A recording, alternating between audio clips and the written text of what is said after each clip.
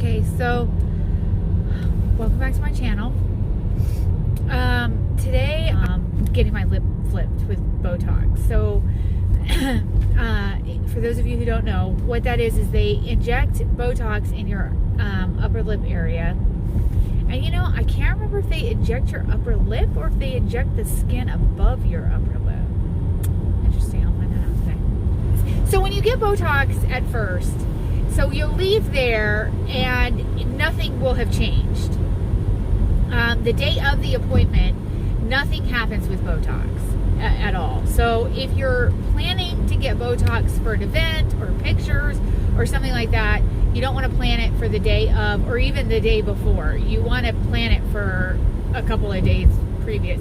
It can take up to 3 days, but in my experience, I prefer, like if I'm going to get it done for, let's say I was getting my picture taken next week, I would do it a week out.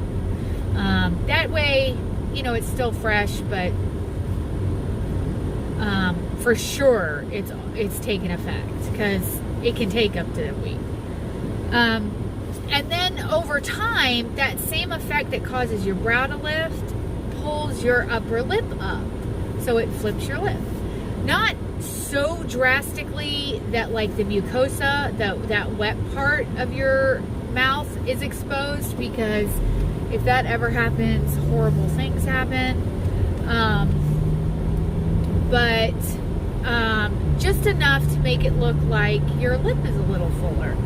I also like to get it because when I smile, and particularly when I laugh, like full-bodied laugh, I have a really, like, my teeth are just, I have a gummy smile, my teeth are big, and I don't like it. So that kind of deadens the nerves right here so that when I do smile, it's not as big.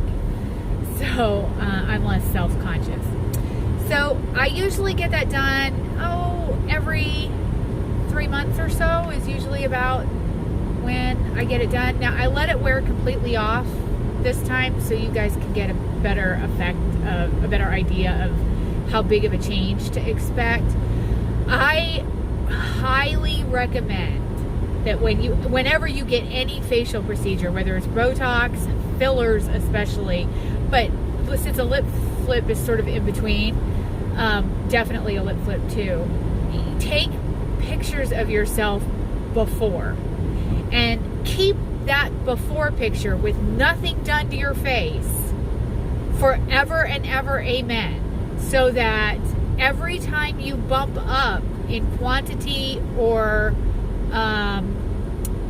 how often you get the service done, you can compare it. And the reason I say that is you will get very used to the way you look with fillers and Botox. And so this is how people get into trouble with both of them.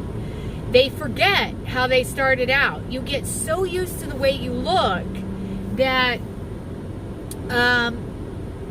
you know, you start to say, well, I'm not getting the same effect. I need more, I need more, I need more.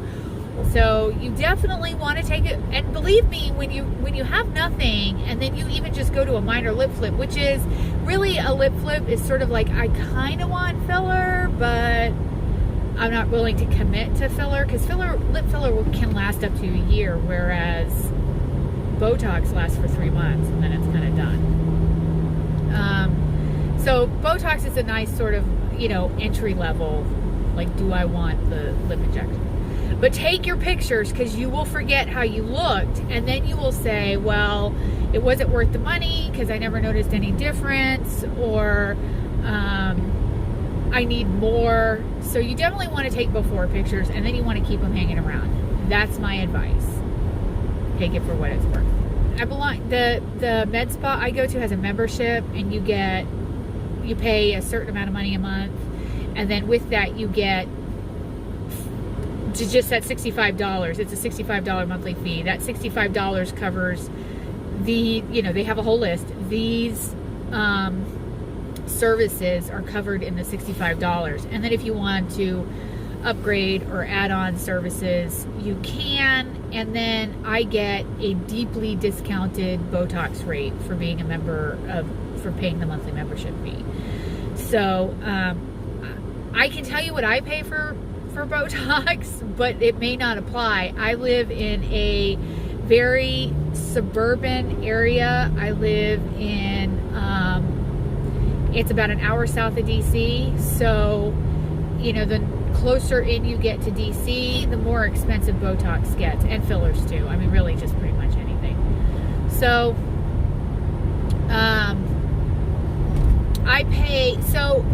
I pay as a membership. Well, see, I'm not going to tell you the membership because it doesn't matter. That's irrelevant. On average, for the area I live, Botox will cost you about $12.50 a unit. Now, a unit is subjective because you can easily put 50 units in your face without even blinking and like not realize that you've put that much in your face. So you definitely want to find out. I mean, if price is a concern, you definitely want to find out the price beforehand. And you want to really go over with your practitioner or doctor how much they think you need. And as a newbie, they probably won't give you very much. But you go in, you explain what you want: my crow's feet, my forehead, my 11, my 1, whatever you have right here, my lips, whatever you want injected, and then they'll tell you how many units they recommend. I will give you a word to the warning. Botox, fillers, they're a hot commodity right now, and we've all seen pictures of people that got botched. We've also seen pictures, and actually probably past people who have done some transactions that are somewhat shady in regards to Botox and filler. And unfortunately, not all of them were probably aware that they were doing it when they did it. And this is particularly happens to people who shop for price. Botox costs, in my area, it costs the salon $9.50 to purchase. So really do your research, because that means if someone's offering you Botox in my area for $9, something's wrong, because they can't buy it for $9. Wholesale, it is $9.50. So, and I see it all the time. You see it on Facebook, you see it on Craigslist. Someone's having what they call a Botox party, and they're selling the Botox for $9 a unit. There is no way they purchased it through Botox for $9, for anywhere close to $9, because you got to figure if they're selling it to you for $9, they purchased it for less than that. So, and there's no way they can do that in my area. So that means they stole it, it's old, or it's counterfeit. None of which bodes well for you as the consumer. So, and I say that very seriously. Even if it's stolen and it's good stuff, you are dealing with someone who purchased stolen goods and they are injecting it into your face. This calls into question whether they are an authorized injector, whether they are licensed to do that.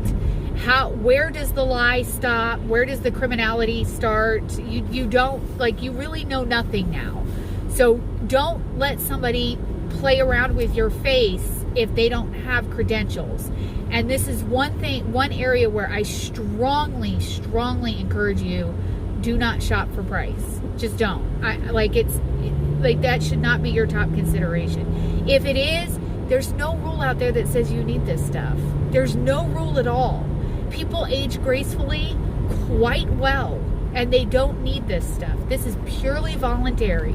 Do not let yourself get sucked into, I have to get it because everybody else is getting it, or because Kim Kardashian gets it, or whatever, because that is the road to sadness and misery. So just don't do it. Just do not do it.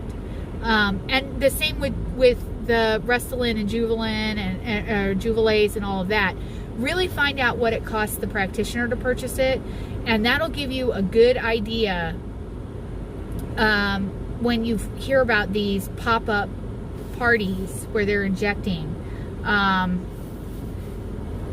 and they're offering deep discounts. It'll give you a good idea about whether or not this is a reputable place. Now, my med spa does pop-up Botox parties, so they reputable places do them. But I will say this, the special pricing for the pop-up parties, the Botox parties, it's $10.50. So he's not even going below his $9.50 purchase price for those. And in this area, $10.50 for Botox is very good. So you're still getting a really good deal.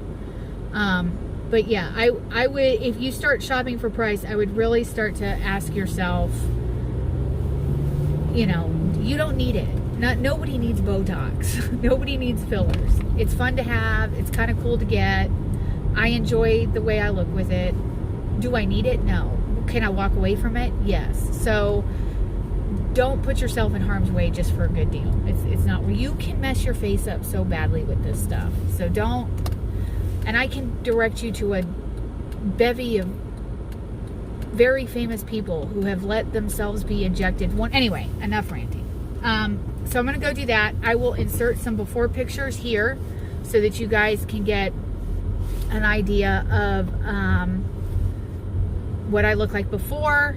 I will show you what I look like after, and then I will show you what I look like a couple of days from now.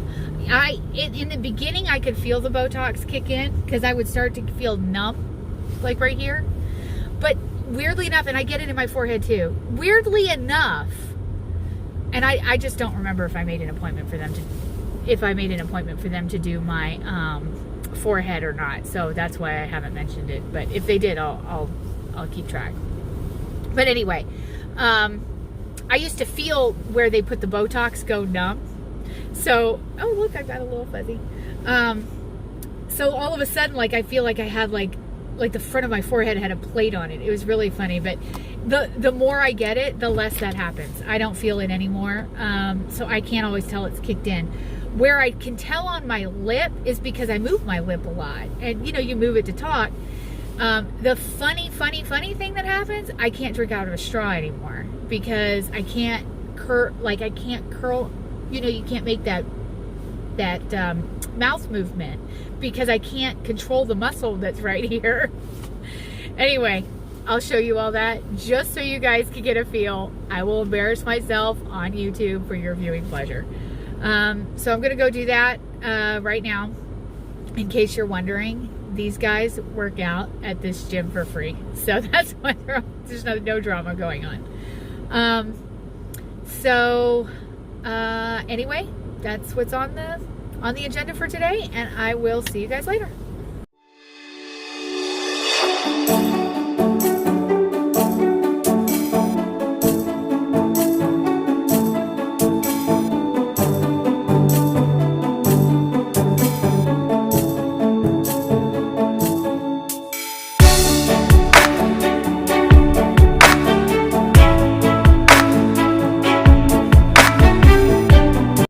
So I just finished my Botox. So it was a full face. I've completely shanked on that appointment.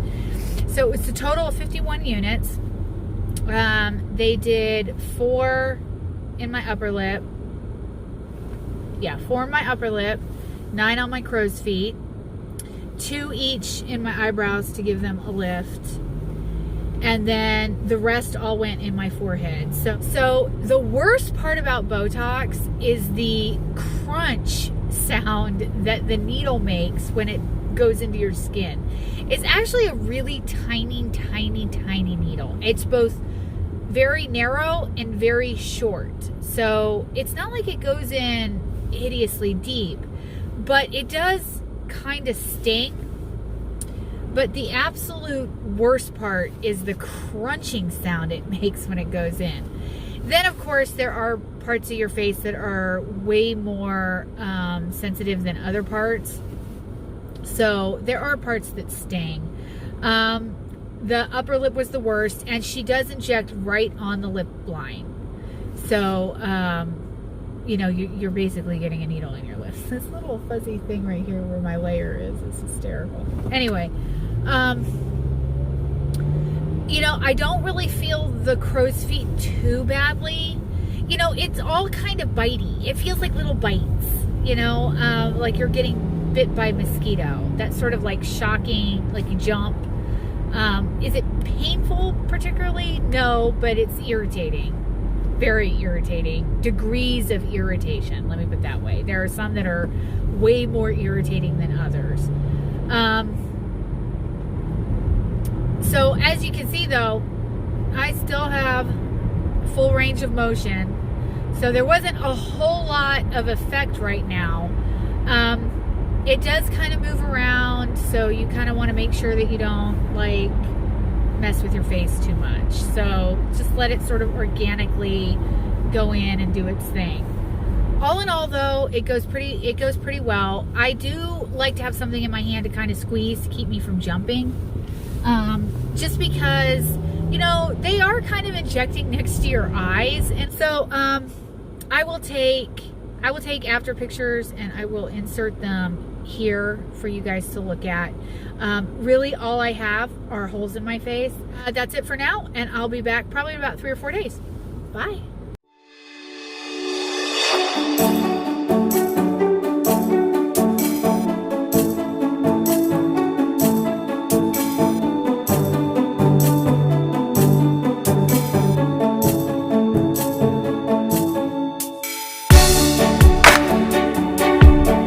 Ready to head to the gym, and my Botox kicked in yesterday, so I thought I'd show you guys what the after looks like. So my lip is rolled a little bit. Funny thing I forgot to tell you guys, when the lip flip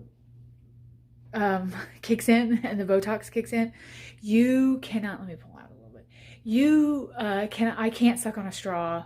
I can't hold, like, so when I'm gargling and I'm doing that, it's like leaking down my mouth. So funny, that goes away. It's only when the Botox is really strong. So for a couple of weeks, and then it kind of goes away. So it's not like something I can't live with. My forehead is good, and then my crow's feet. So I am going to go ahead and show you guys. So you can see I have a gap. That's a gap. You can see it. You can see my lip doesn't come up as high. Crow's feet. Hold on, let me. Crow's feet. My 11. My scowl. And then my forehead. And so that's it. I'm good for the more where you inject. The more you use that spot, the less time you have before the Botox wears off. So if you put it somewhere like my mouth wears off, I've got 3 months. My forehead sometimes lasts a little longer, which is interesting. I emote a lot with my eyes, so that doesn't typically last too long. My forehead does look a little frozen today. As you can see, I guess. So it does. Okay, so you get it. Nothing happens for 3 days to a week. Then it kicks in much stronger than you think it's going to. A week at most, 2, and then everything starts to relax again. Okay, so I guess I will see you guys next time.